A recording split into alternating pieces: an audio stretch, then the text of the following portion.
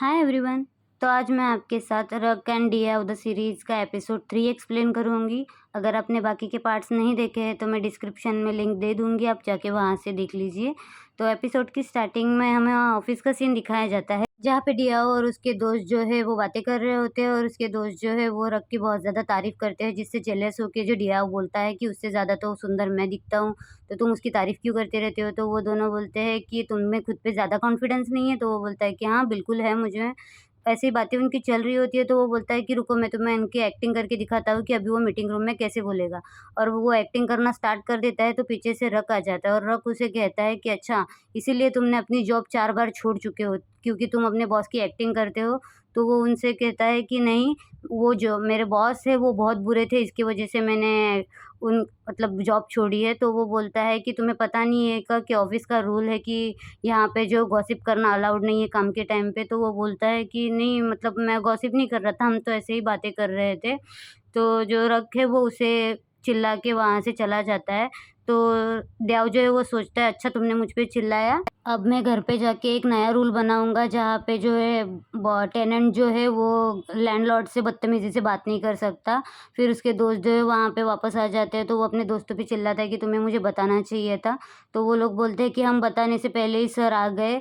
फिर वो दोबारा से बात करना स्टार्ट कर देता है, तो रक जो है वो दोबारा पीछे उनके आता है, तो वो वहाँ से फिर से भाग जाते हैं।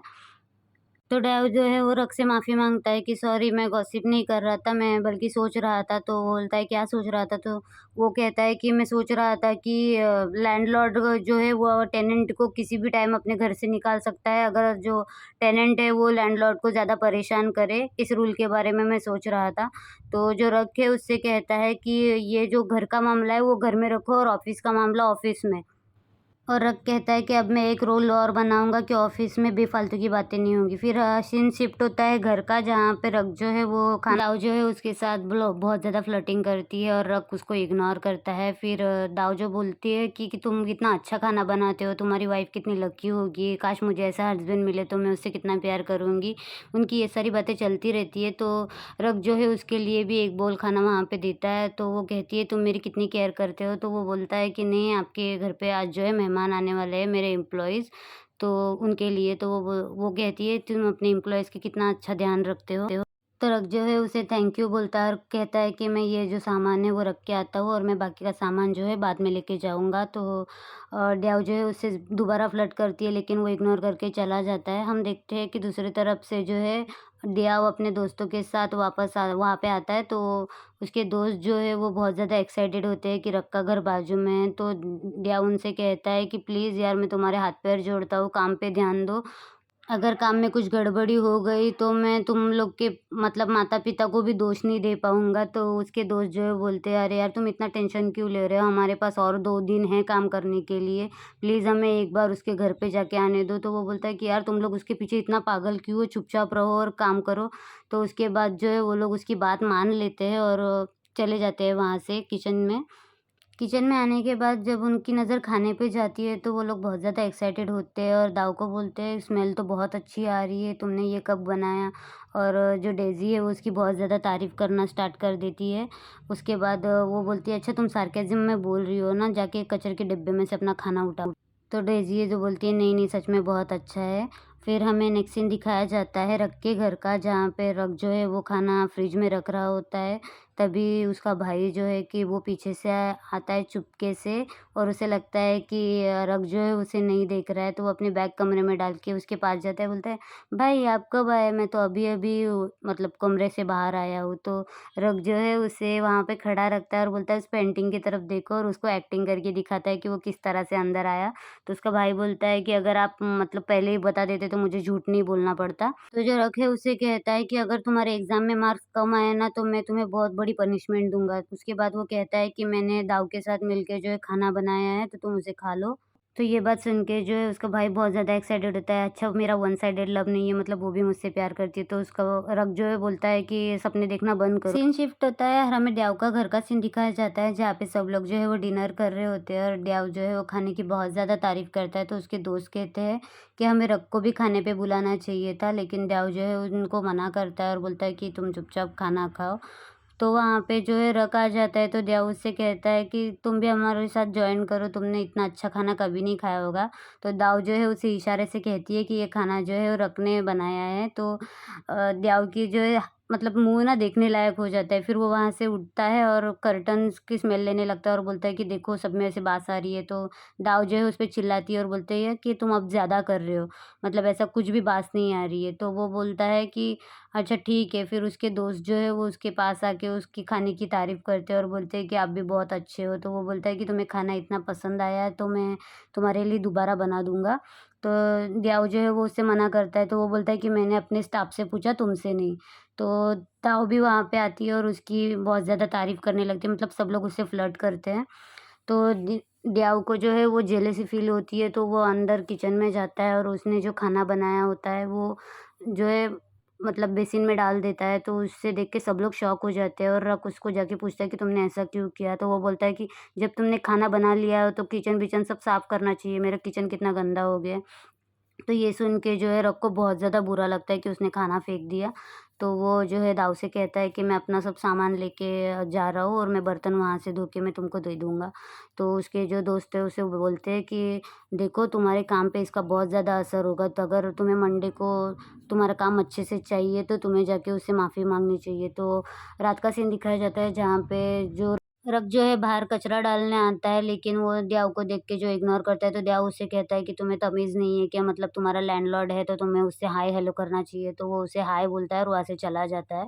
तो नेक्स्ट सीन दिखाया जाता है ऑफ़िस का, जहाँ पे द्याऊ जो है उनको ये सारी बातें बताता है कि मतलब मैंने उसको मनाने की कोशिश की लेकिन वो बहुत ज़्यादा गुस्सा है, उसने कचरे को देखा मुझे नहीं। तो उसके दोस्त बोलते हैं शायद कचरा तुमसे ज़्यादा अच्छा दिख रहा होगा इसलिए उसने तुम्हें देखा, ऐसा करके उसका जो मज़ाक उड़ाते हैं। लेकिन वो कहते हैं कि हमें कुछ पता नहीं है, कि तुम्हें उससे जो है माफ़ी माँग लेनी चाहिए। तो द्याऊ बोलता है कि मैंने ट्राई तो किया था कि मैं अपना मतलब घर का टेनेंट होने के नाते उससे बुलवाऊँ, लेकिन वो बात ही नहीं कर रहा है। फिर हमें दिखाया जाता है कि रक वहाँ पे आ जाता है और उन लोगों से हाय हेलो करके काम की बातें करना स्टार्ट कर देता है और उससे बोलता है कि क्या प्रेज़ेंटेशन है, अब तुम लोग बात भी करोगे या सिर्फ़ गॉसिपिंग में पूरा टाइम वेस्ट करोगे? तो ऐसी फॉर्मली बातें वो उनसे करता है, जिससे जो है डेज़ी और कैनन जो है वो बहुत ज़्यादा इरिटेट हो जाती है कि क्या हो गया, मतलब रख के मूड को, वो पहले तो ऐसा नहीं था। ये इतना फॉर्मली हमसे क्यों बातें कर रहा है? तभी जो रक है वो वहाँ पे वापस आता है और उनको कहता है कि मैं भूल गया था, तो तुम लोग एक काम करो, एक प्रेज़ेंटर को ढूँढो और भूलना मत इस काम को। तो वो लोग उसको हाँ बोल देते हैं और फिर बोलता है देखा इसने फिर से वैसे ही किया, मुझे हमारा पुराना वाला चाहिए जो जॉयफुल था, चीयरफुल था, और अब तुम उससे माफ़ी माँगोगी कुछ किसी भी तरह, और उस पे गुस्सा करते हैं। तो डियाओ जो है उनको बोलता है कि तुम लोग क्यों ऐसे कुत्ते-बिल्ली की तरह मेरे पे भौंक रहे हो? तो वो लोग उसकी बात मानते नहीं हैं। फिर हमें रक के केबिन का सीन दिखाया जाता है जहाँ पे डियाओ जो है उससे बात करने के लिए चला जाता है और उससे कहता है कि तुम पर्सनल और प्रोफ़ेशनल प्रॉब्लम अलग नहीं रख सकते क्या? तुम ऐसा मूड लेके घूम रहे हो, तुमने ऑफ़िस का जो एटमॉस्फ़ियर ख़राब कर दिया है। तो वो बोलता है कि मैंने ऐसा कुछ नहीं किया। तो वो बोलता है कि तुम पहले की तरह जो डेज़ी और केनन से बात नहीं कर रहे हो। तो वो बोलता है कि मैं यहाँ पे किसी से बात-चात करने के लिए नहीं आया हूँ, ये काम की प्लेस है तो यहाँ पे काम की बातें होंगी।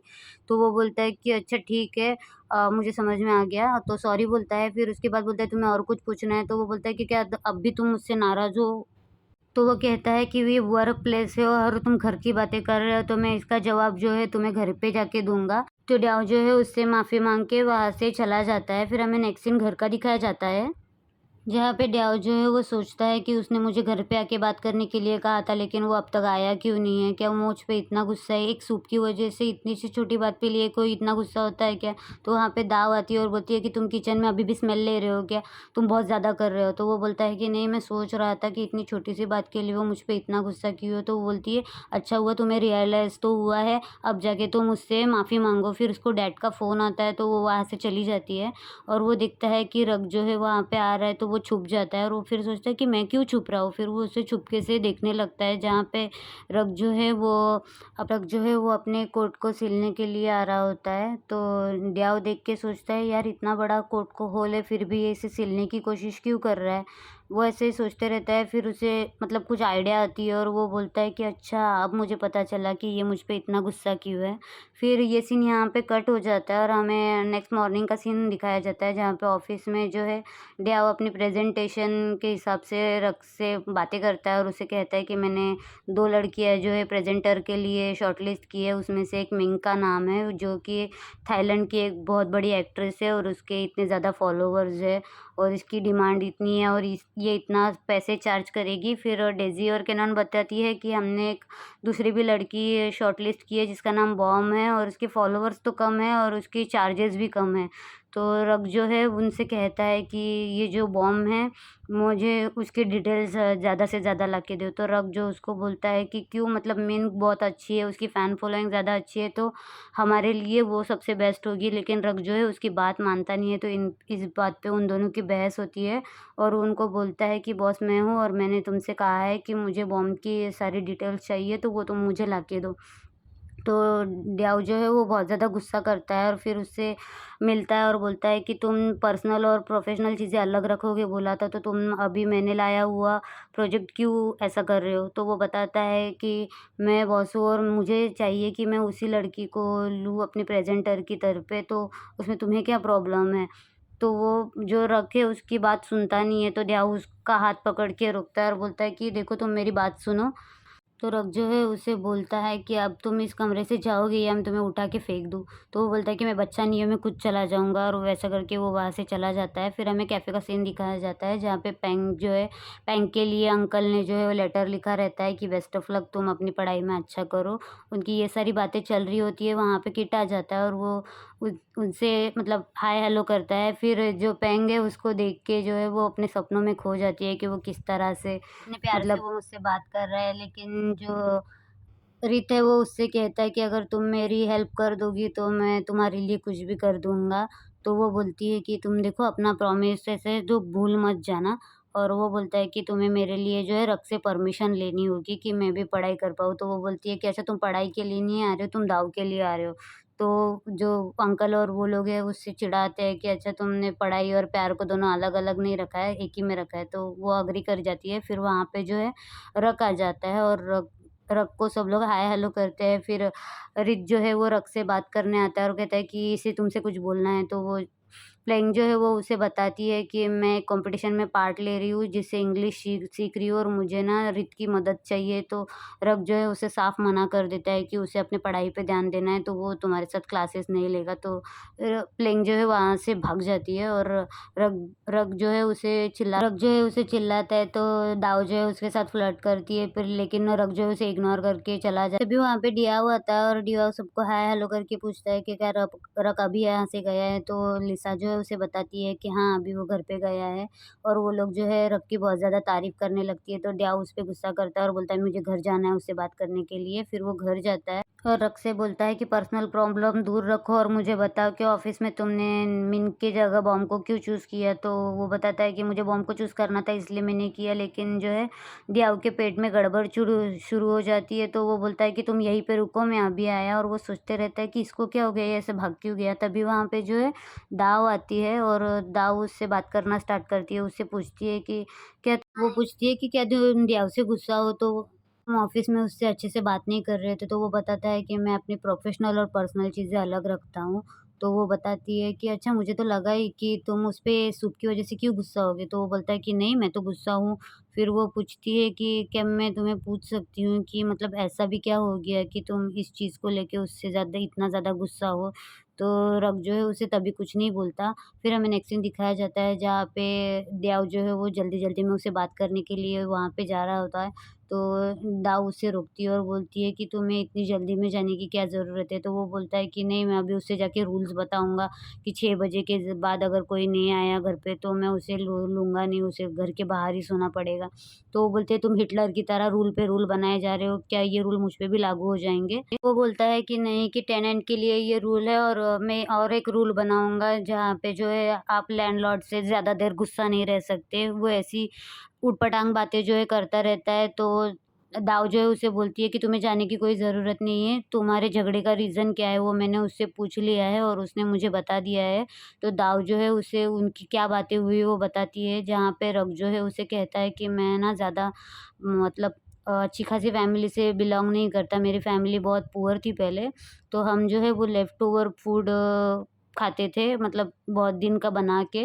तो मैं एक दिन जब बीमार था तो मैंने अपनी माँ के हाथ से जो है खाना फेंक दिया था, तो उन्होंने मुझे तभी कुछ नहीं कहा और उन्होंने नया खाना बना के खिलाया, लेकिन वो लोग जो है वो पुराना खाना खा रहे थे, तो इसकी वजह से जो मैं सेव करना सीख गया हूँ, मतलब ज़्यादा पैसे उड़ाना नहीं। तो वो बताती है कि तब तो तुम्हें गुस्सा हो जाना चाहिए और मैं भी गुस्सा करती अगर तुम्हारी जगह होती तो, लेकिन मैं तुम्हें एक बात बताना चाहूँगी कि जो दयाव है वो भी बचपन में लेफ्टओवर खाना खा के जो है बीमार पड़ गया था, इसलिए वजह से उसने ये की। वो बोलता है कि तो फिर आप एक काम करो, आप मेरी तरफ से उससे जो है माफ़ी माँगो। तो वो बोलती है क्या? क्या तुमने अभी कुछ कहा? तो वो बोलता है कि हाँ, मतलब इस चीज़ के लिए मुझे माफ़ी माँगनी चाहिए, मुझे ये पता नहीं था, तो आप मेरी तरफ से उससे माफ़ी माँगो। ये सब सुन के जो है दियाव की आँखों में आँसू आ जाते हैं, तो उसकी बहन बोलती है, "अरे! तुम इमोशनल हो रहे हो।" तो वो बोलता है कि नहीं मैं इमोशनली नहीं हो रहा हूँ, मैं सोच रहा हूँ कि उसकी मॉम जो है वो अपने बच्चों के लिए कितना ज़्यादा सैक्रिफाइस करती है और मैं कोई रो नहीं रहा। तो उसकी बहन उसको चिढ़ाती है, "वो मेरी क्राई बेबी एंड ऑल" ऐसा बोलती रहती है। फिर वो बोलता है कि क्या मुझे उससे सच में माफ़ी माँगनी चाहिए? तो वो बोलती है कि हाँ, उसने भी तुमसे जो है माफ़ी माँगी है, उसने मुझसे कहा कि मैं तुमसे माफ़ी माँगूँ। तो वो बोलता है कि अच्छा एक काम करो तुम भी मेरी तरफ से उससे माफ़ी माँगो। तो वो बोलती है कि नहीं मैं ऐसा नहीं करूँगी। तो वो बोलता है कि यार प्लीज़ कर दो, देखो मैं अपनी प्राइड खोना नहीं चाहता है। फिर हमें नेक्स्ट सीन दिखाया जाता है जहाँ पे रग जो है वो अपने घर में बैठा हुआ होता है और वो अपने टैबलेट में कुछ देख रहा होता है, तभी जो उसकी बेल बजती है तो वो बाहर जाता है, तो वहाँ पे खाने का डिब्बा रखा हुआ होता है जिस पे लिखा होता है कि ये मैंने सूप बनाया है, मतलब खरीदा है और वो मीट के साथ वाला है। तो वो जो है थैंक यू बोलता है, तो उसे पता होता है कि दियाव जो है वहीं पे है, तो दियाव जो है इट्स ओके बोलने के लिए बाहर आता है, तो बोलता है तुम्हें पहले से पता था कि मैं यहाँ पे हूँ, तो ज़्यादा खुश मत हो, मैं तुमसे कोई सॉरी-बीरी नहीं बोल रहा हूँ। ये बस एक ऐसी मील मैंने तुम्हें दी है। ऐसा बोल के जो है वो वहाँ से चला जाता है, मतलब भाग जाता है वहाँ से और ये एपिसोड यहीं पे ख़त्म होता है। तो हमें फ्लैशबैक का सीन दिखाया जाता है जहाँ पे जो दाव है वो डियाव को खाना बनाना सिखा रही होती है, मतलब वो सूप जो है उसने खरीदा नहीं होता बल्कि डियाव और दाव ने मिलके बनाया हुआ होता है और उन दोनों को जो है छुप के रख देख रहा होता है, मतलब उसे पता होता है कि ये मेरे लिए बन रहा है। तो इसी स्वीट मोमेंट के साथ ये थर्ड एपिसोड यहीं पे ख़त्म होता है। आपको एपिसोड कैसा लगा आप मुझे बताइए कमेंट करके। और इसके ना एपिसोड बहुत ज़्यादा बड़े हैं, तो गाइज़ मैं सोच रही हूँ कि 2 पार्ट्स में इसे डिवाइड कर दूँ क्योंकि ना बोलने में बहुत ज़्यादा तकलीफ़ हो रही है। तो thank you so much for watching.